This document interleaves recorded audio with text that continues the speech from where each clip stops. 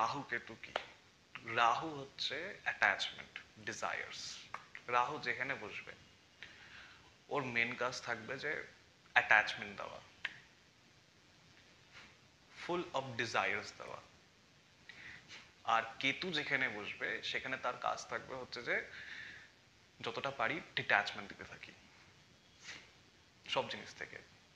তো লাইফে না একটা জিনিস বুঝতে হবে যে বেশি ডিজায়ার্সও ভালো না, অ্যাটাচমেন্টও ভালো না, আবার লাইফে ডিট্যাচমেন্টও পুরোপুরি ভালো না। তো দুটো জিনিসকে না ব্যালেন্স করে চলতে হয় লাইফে, তাহলে পরে সেটা লাইফ। যে রাহু যখন আপনাকে দিতে থাকবে, অ্যাটাচমেন্ট দেবে, ট্র্যাপ করবে, ব্যাস এখানে শেষ।